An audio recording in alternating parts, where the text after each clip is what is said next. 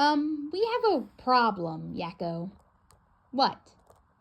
Our, dragons. Well, they're not dragons anymore. What are they? They're trolls. Trolls? And trolls, they wanna have fun. Oh, trolls just wanna have fun. Oh no. What have we got ourselves into? Hi, everybody.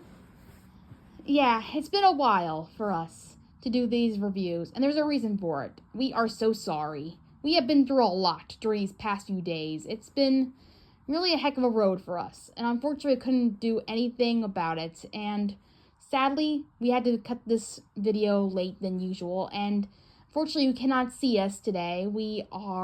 It's late at night, and I don't think we feel like showing ourselves tonight, so I'm sorry for the delay and the miscommunication for all of us. But here we are, being filmed today as a video. Not much to say, but here we are. Anyway, let's get over the reviews of Trolls 2. The story. The story is, well, pretty much, Branch is trying to show Poppy how she loves her, while Poppy tries to save the world by introducing herself to the other trolls, while the rocking trolls are trying to take over the world by using the strings to bring all the trolls to bad rock trolls. Yeah, this is the story we have here. Yeah, it's okay for what it is. I mean, there's only one part I don't like, and that there's a plot twist at the end for one character in particular, and that's where things go wrong. You see, in some of the story merits, there are some key beats in the beginning that actually work really well. But then there you got the characters who don't do so well in the story that we talked about.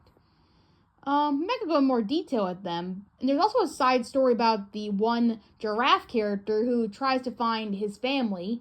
But it happens later on, and I would have seen his adventure better. But whatever the case may be, these stories didn't work for me as well. The one character that had a surprise thing kind of threw me off a bit. I mean, like, when you have a character that turned out to be a villain, you usually have a hint or some kind of uneasy feeling that that's not the character you expect.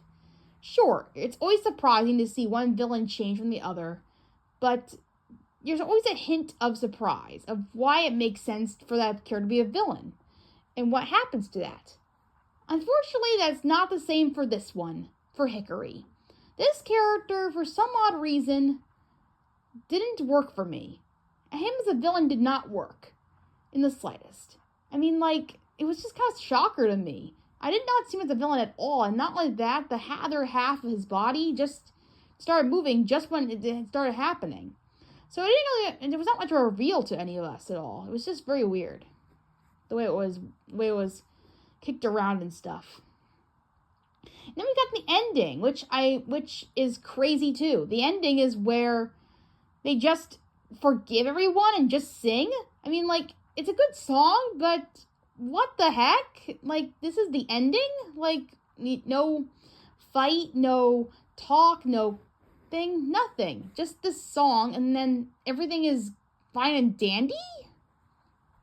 I don't know. This ending did not work for me either. So, unfortunately, the story is lackluster.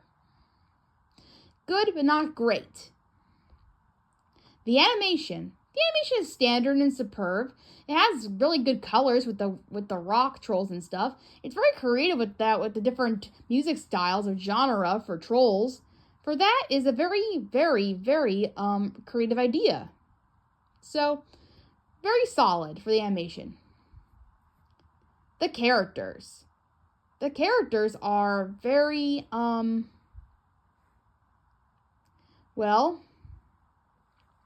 very good for the most part. The characters are all good in their own special way. Just Hickory and a few other characters did not work for me. Nah. Yeah, did not work at all. Sadly. Yeah.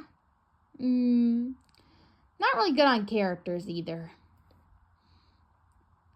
Overall, This movie is, well, okay. I like the first one better. It does not do it not do okay. There's some story problems I have with this one. For what it is, it's okay. And another thing, remember that one story about like Branch trying to propose to Poppy? Yeah? Well, it doesn't happen here. We get a hint of it, but we never see it again. I feel like it was going to go somewhere, but it never did. Just so weird to me. Yeah. They never did, though. So weird. Anyway, it was just a lackluster story. I would recommend just the first one. This one is just okay, I would think. Just solid, okay. It's good for kids, but not the best movie I've seen of sequels. But the story is okay. It's not terrible. Anyway, moving on to our next review. We got Orion in the Dark. Orion in the Dark is a movie that came out on Netflix, surprisingly enough. It was during COVID, and Netflix never seemed to got this one to, DreamWorks never got this to be in theaters for some reason. And also the fact that, well, this one was also a deleted movie for a while. It was put in the works for quite some time at DreamWorks, and it had quite a history over it. So what movie it was gonna be, for a movie that wasn't supposed to exist, very interesting that got made at all.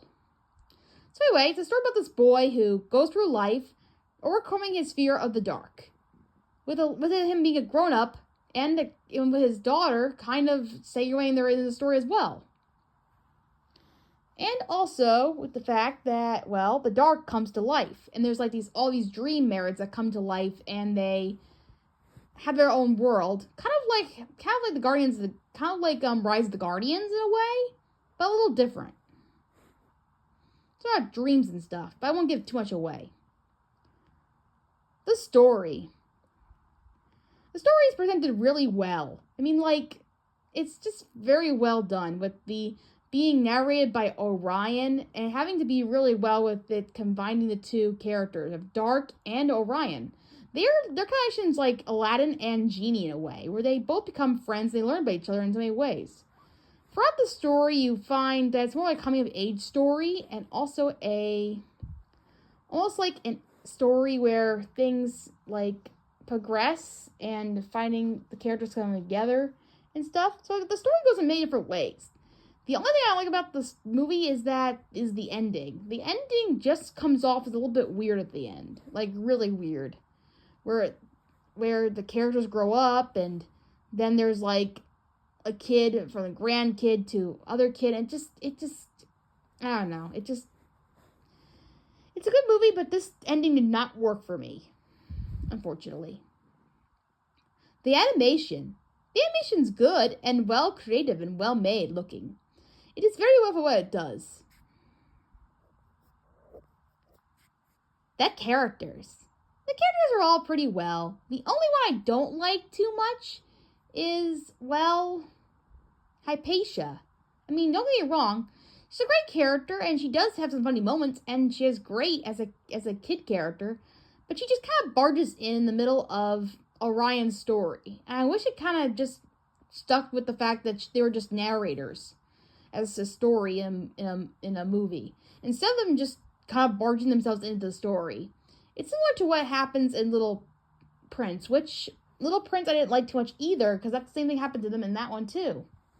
Just didn't work here for me. Overall, well, the story is, well, okay, and pretty good. The animation's pretty good. The characters are pretty good, but I can't see the ending or any other characters has something to do with it.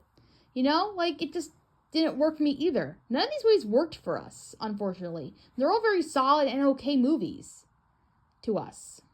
But what do you guys think? Do you think these movies are okay? Or do you think there's something more to it? Tell us in the comments below. And we are done with DreamWorks marathon now. Hooray! We're moving on to greater and better things now. We're going to move on to Harry Potter now. We're doing a Harry Potter marathon again. we're moving on from there, and we're going to do more magical movies for you. So get ready for 3 magical movies coming your way very soon. Cast your vote right away, and we will continue more with that. And we'll see you guys next time. Good night, everybody.